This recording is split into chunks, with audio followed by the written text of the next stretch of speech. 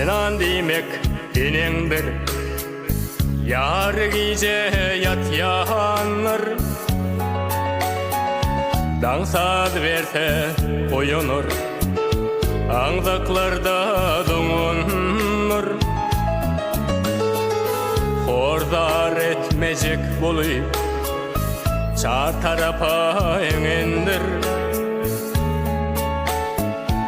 Sebebi ol enendir. Senan demek uyandır, yüzün nuri tuğağı. Yaxşı günne begencin, kıyın gününde süyendir. Sana gelecek dertlerin, öňündäki gayandır. Sebebi ol uyandır. Senan demek dünýedir, adamda da doğandır.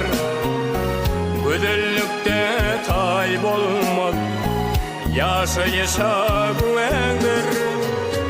Senan demek dünýedir, adamda da doğandır.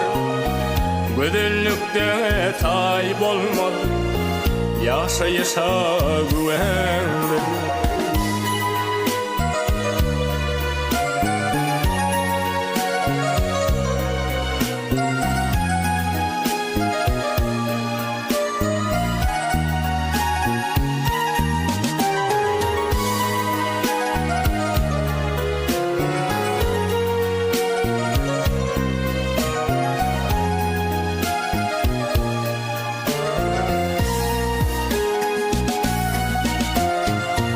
Senan demek yarındır, ömürlük yan yollaşın.